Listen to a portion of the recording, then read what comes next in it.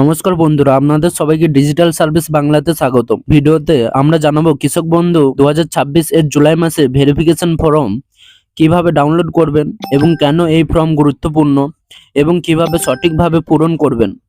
তাই ভিডিওটি শেষ পর্যন্ত অবশ্যই দেখুন। বন্ধুরা, যদি আপনার কৃষক বন্ধু প্রকল্পে সুবিধাভোগী হন অথবা নতুন করে আবেদন বা ভেরিফিকেশনের জন্য প্রস্তুত নিচ্ছেন, তাহলে জুলাই মাসের ভেরিফিকেশন ফর্ম সম্পর্কে জানা খুবই গুরুত্বপূর্ণ। এই ফর্মের মাধ্যমে আপনার ব্যক্তিগত তথ্য, জমির তথ্য এবং অন্যান্য প্রয়োজনীয় নথি যাচাই করা হবে। ফর্ম ডাউনলোড করার পর যেগুলো ভালোভাবে লিখতে হবে বা দেখে নিতে হবে সেগুলি হচ্ছে: নামের বানান ঠিক আছে কিনা, আধার নাম্বার ও মোবাইল নাম্বার ঠিক আছে কিনা, ব্যাংক অ্যাকাউন্টের তথ্য ঠিক আছে কিনা। ব্যাংক অ্যাকাউন্টের তথ্য যদি না ঠিক থাকে তাহলে আপনার ব্যাংকে টাকা ঢুকতে সমস্যা হতে পারে। জমির তথ্য সঠিকভাবে উল্লেখ করা হয়েছে কিনা, এইসবই আপনারা খুব গুরুত্বপূর্ণ ভাবে যাচাই করে নেবেন। যদি কোনো তথ্য ভুল থাকে তাহলে সংশ্লিষ্ট অফিসে যোগাযোগ করে সংশোধন ব্যবস্থা করুন। ফর্ম পূরণ করার সময় পরিষ্কারভাবে সমস্ত তথ্য এবং যেখানে প্রয়োজন সেখানে স্বাক্ষর করতে ভুলবেন না। তো আর বেশি দেরি না করে চলো আজকে ভিডিও স্টার্ট করি। কৃষক বন্ধু ভেরিফিকেশন ফর্ম ডাউনলোড করার পর কিভাবে পূরণ করবে সেই সমস্ত এখানে আলোচনা করব। তো তার আগে আমরা জেনে নিই যে এর জন্য কি কি এলিজিবিলিটি দরকার। কৃষক বন্ধু প্রকল্পের ভেরিফিকেশন প্রক্রিয়া শুরু হওয়ার অনেক উপভোক্তা বর্তমানে কৃষক বন্ধু ভেরিফিকেশন ফর্ম বা পিডিএফ খুঁজছেন। এই ফর্মের মাধ্যমে প্রয়োজনীয় তথ্য ও নথি জমা দিয়ে নির্ধারিত নিয়ম অনুযায়ী উপভোক্তাদের যাচাইকরণ সম্পূর্ণ করা হবে। এই প্রতিবেদনে কৃষক বন্ধু field verification form PDF download, direct link form, কি কি তথ্য দিতে হবে, প্রয়োজনীয় ডকুমেন্ট, ফর্ম পূরণ পদ্ধতি এবং অন্যান্য গুরুত্বপূর্ণ তথ্য বিস্তারিত ভাবে তুলে ধরা হয়েছে। তাই স্কিপ না করে পুরো ভিডিওটা অবশ্যই দেখুন। কৃষক বন্ধু ভেরিফিকেশন ফর্ম কি? কৃষক বন্ধু প্রকল্পের নথিভুক্ত উপভোক্তাদের তথ্য পূরণের যাচাই করে প্রকৃত যোগ্য কৃষকদের শনাক্ত করা এবং অযোগ্য ব্যক্তিদের তালিকা থেকে বাদ দেওয়ার উদ্দেশ্যে পশ্চিমবঙ্গ সরকার ভেরিফিকেশন প্রক্রিয়া শুরু করেছে। এই প্রক্রিয়ার অংশ হিসাবে কৃষক বন্ধু ভেরিফিকেশন ফর্ম ব্যবহার করা হবে। তো আপনারা কৃষক বন্ধু ফর্ম কোথায় পাবেন? আমি এই ভিডিওর কমেন্ট বক্সে আমার হোয়াটসঅ্যাপ গ্রুপ চ্যানেলের লিঙ্ক দিয়ে রাখবো। তো আপনারা ওখানে যে ফর্মটি ডাউনলোড করে নেবেন, আমি ওখানে আপলোড করে দেবো। কৃষক বন্ধু ভেরিফিকেশন ফর্মে কি কি তথ্য দিতে হবে আপনাদেরকে? সুবিধাভোগীর নাম, মানে হচ্ছে আপনি যার নাম দিতে চাইছেন তার নাম, বা যে অ্যাপ্লাই করতে চাইছে তার নাম এখানে দিতে হবে। পিতা, স্বামী বা স্ত্রী, অভিভাবকের নাম, মানে হচ্ছে আপনি আপনার পিতা বা স্বামী বা স্ত্রীর নাম এখানে দিতে পারেন। ব্যাংকের বিবরণ, মানে হচ্ছে আপনার ব্যাংকের অ্যাকাউন্টের ডিটেলস এখানে দিতে হবে। আধার সংযুক্ত মোবাইল নাম্বার, মানে হচ্ছে আপনার আধার নাম্বারটি যে মোবাইল নাম্বারের সাথে লিঙ্ক করা আছে সেই মোবাইল নাম্বারটি এখানে দিতে হবে এবং আধার নাম্বার দিতে হবে। এপিক নাম্বার, মানে হচ্ছে আপনার ভোটার কার্ডের আইডি নাম্বার এখানে দিতে হবে। প্রধান পেশা, মানে হচ্ছে আপনি কি ধরনের কাজ করেন বা কোনো জব করেন নাকি। জমির বিবরণ, মানে হচ্ছে এখানে জমির বিবরণ দিতে হবে। দাগ নাম্বার, অংশ নাম্বার, আয় কার্ড প্রদান করেন কিনা, মানে হচ্ছে আপনি জিএসটি বা সরকারকে ট্যাক্স দেন নাকি, এখানে দিতে হবে। স্বামী বা স্ত্রীর বিবরণ এখানে দিতে হবে। সুবিধাভোগীর স্বাক্ষর, মানে হচ্ছে যে অ্যাপ্লাই করছে তার এখানে একটি সাইন দিতে হবে। তো এই ফর্ম আবেদন করার জন্য কি কি ডকুমেন্ট লাগবে? প্রথমে আধার কার্ডের ফটোকপি,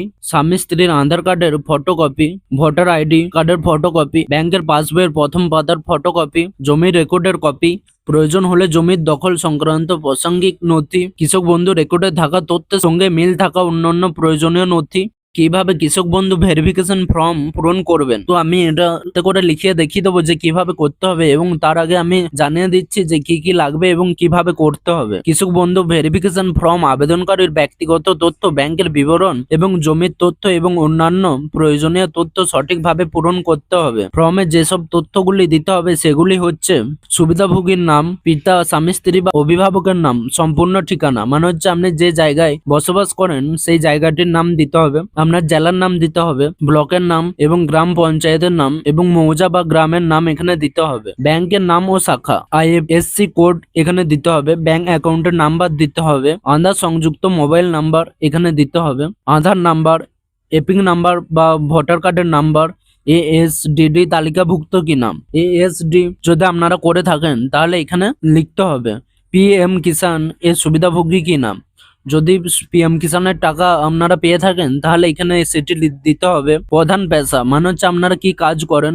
জেএল নম্বর, খাতিয়ান নম্বর, দাগ নাম্বার, জমির পরিমাণ, খাতিয়ানের তারিখ, জমির দখলের ধরন, আয়কর প্রদানকারী কিনা। স্বামী এবং স্ত্রীর বিবরণ। তো কৃষক বন্ধু প্রকল্পের সুবিধা মানে হচ্ছে কৃষক বন্ধু প্রকল্প থেকে আপনারা কি কি সুবিধা পাবেন। 1 একর বা তার বেশি চাষযোগ্য জমি থাকলে বছরে 10,000 টাকা আর্থিক সহায়তা পাবেন। 1 একরের কম চাষযোগ্য জমি থাকলে বছরে 4,000 টাকা আর্থিক সহায়তা পাবেন। 18 থেকে 60 বছর বয়সী সুবিধাভোগী কৃষকের মৃত্যুর ক্ষেত্রে তার বৈধ উত্তরাধিকারীকে 2 লক্ষ টাকা এককালীন অনুদান করা হবে। মানে হচ্ছে আপনার নামে যদি জমি থাকে বা এবং আপনার বয়স 18 থেকে 60 বছর পর্যন্ত যদি হয়ে থাকে এবং সেই সময় আপনি যদি মরে যান এবং আপনার ছেলে যদি সেটা হয়, সে এককালীন 2 লক্ষ টাকা পর্যন্ত সরকার থেকে পুরস্কৃত পাবে। কৃষক বন্ধু প্রকল্পের আবেদন যোগ্যতা মানে হচ্ছে এই প্রকল্পের আবেদন করার জন্য আপনাকে কি কি যোগ্যতা লাগবে। আবেদনকারীকে অবশ্যই পশ্চিমবঙ্গের স্থায়ী বাসিন্দা হতে হবে। আবেদনকারীকে একজন যোগ্য কৃষক হতে হবে। নিজস্ব চাষযোগ্য জমির মালিক কৃষক অথবা নথিভুক্ত ভাগ চাষী হতে হবে। আবেদনকারীর নামে এক বৈধ ব্যাংক অ্যাকাউন্ট থাকতে হবে। তো আপনাদের যদি এগুলো থাকে তাহলেই আপনারা কৃষক বন্ধু প্রকল্পের জন্য নতুন ভাবে আবেদন করতে পারবেন বা ভেরিফিকেশন করার জন্য অ্যাপ্লাই করতে পারবেন। তো ভেরিফিকেশন ফর্ম কিভাবে পূরণ করবেন সেটি আমি দেখিয়ে দিচ্ছি। তো কিভাবে আপনারা এই ফর্মটি পূরণ করবেন।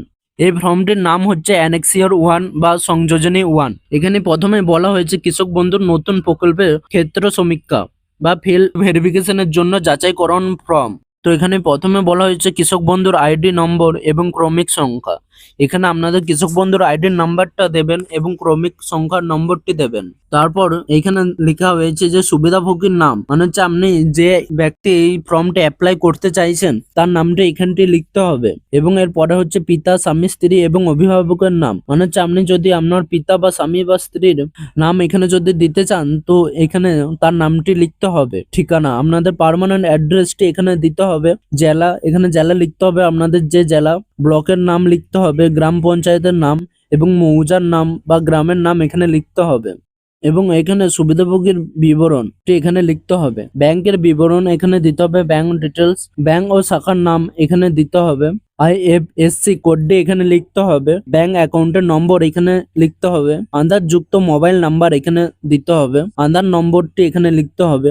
এপিং নম্বরটি লিখতে হবে মানে হচ্ছে আপনার ভোটার কার্ডের নাম্বারটি এখানে লিখতে হবে। ASDD তালিকাভুক্ত কিনা, ASD তালিকাভুক্ত কিনা এখানে সেটি লিখতে হবে। PM কিষান এর সুবিধাভোগী কিনা সেটাও এখানে লিখতে হবে। যদি PM কিষানের টাকা পান তাহলে এখানে লিখে দেবেন। প্রধান পেশা মানে হচ্ছে কি কাজ করে, কৃষির কাজ বা অন্যান্য কাজ করে, যে কাজটি করে সেটি এখানে লিখে দিতে হবে। জমির বিবরণ এখানে দিতে হবে। জেল নাম্বারটি এখানে দিতে হবে, খাতিয়ান নাম্বারটি দিতে হবে এবং দাগ নাম্বার, জমির পরিমাণের একক মানে হচ্ছে আপনাদের জমিটি কত বড় বা কত একর সেটি এখানে লিখতে হবে। স্বত্বলিপি বা খাতিয়ানের তারিখ মানে হচ্ছে কবে খাতিয়ানের তারিখটি হয়েছে সেটি এখানে দিতে হবে। জমির দখলের ধরন মানে হচ্ছে এটি কি আপনার জমি বা আপনাকে দিয়েছে কিনা সেটি এখানে দিতে হবে। আয়কর প্রদানকারী কিনা মানে হচ্ছে আপনি গভর্নমেন্টকে ট্যাক্স দেন কিনা সেটি এখানে লিখতে হবে। 2 নাম্বার পেজে বলা হয়েছে স্বামী এবং স্ত্রীর বিবরণ। স্বামী স্ত্রীর নাম এখানে দিতে হবে, যদি স্বামীর নাম দিতে চান বা স্ত্রীর নাম সেটি এখানে দিতে হবে। ব্যাংকের বিবরণ এখানে দিতে হবে। যার নাম দেবেন এখানে তার ব্যাংক এর ডিটেলস এখানে দিতে হবে। ব্যাংক ও শাখার নাম মানে হচ্ছে কোন ব্যাংকের নাম এবং কোন শাখা সেটি এখানে দিতে হবে। IFSC কোড এখানেও দিতে হবে। ব্যাংক অ্যাকাউন্টের নম্বর লিখবেন। আধার সংযুক্ত মোবাইল নাম্বার দেবেন, আধার নম্বর দেবেন, এপিং নম্বর দেবেন। KBN এর সুবিধাভোগী কিনা সেটি দেবেন। ASD তালিকাভুক্ত কিনা সেটাও এখানে লিখবেন এবং PM কিষানের সুবিধাভোগী কিনা সেটাও এখানে লিখবেন। এবং যে ব্যক্তির নাম দিয়েছেন তার প্রধান কাজ কি কাজ করে সেটি এখানে লিখতে হবে। এখানে অঙ্গীকার পত্র লেখা আছে, এখানে কিছু করার দরকার নাই। এবং এখানে যেখানে লেখা আছে সুবিধাভোগী স্বাক্ষর, যিনি এটি অ্যাপ্লাই করতে চাইছেন তার সিগনেচারটি এখানে করতে হবে। এটি করতে ভুলবেন না একদম। আর এখানে যা নিচে যা লেখা আছে এগুলো হচ্ছে সরকারির, এখানে আপনারা কোনো কিছু লিখবেন না। বন্ধুরা, আজকের ভিডিওটি যদি আপনাদের ভালো লেগে থাকে এবং ভিডিও থেকে সামান্য হলেও উপকার পেয়ে থাকেন তাহলে অবশ্যই ভিডিওটি লাইক করুন, শেয়ার করুন এবং আমাদের ডিজিটাল সার্ভিস বাংলা চ্যানেলটি সাবস্ক্রাইব করে পাশে থাকা বেল আইকনটি অন করে রাখুন। আপনাদের একটি লাইক, একটি শেয়ার এবং একটি কমেন্ট আমাদের ভিডিও বানানোর জন্য উৎসাহিত করে। প্রতিদিন সরকারি প্রকল্পের নতুন আপডেট এবং আবেদন পদ্ধতি, টাকা পাওয়ার খবর এবং গুরুত্বপূর্ণ ডিজিটাল সার্ভিস সংক্রান্ত সঠিক তথ্য সবার আগে পেতে আমাদের সঙ্গেই থাকুন। আপনাদের কোনো প্রশ্ন বা মতামত থাকলে নিচে কমেন্ট করে জানান, আমি যত তাড়াতাড়ি সম্ভব আপনাদের উত্তর দেওয়ার চেষ্টা করব। আজ এই পর্যন্ত। সবাই ভালো থাকবেন, সুস্থ থাকবেন। আবার দেখা হবে পরবর্তী ভিডিওতে নতুন একটি গুরুত্বপূর্ণ আপডেট নিয়ে। ধন্যবাদ।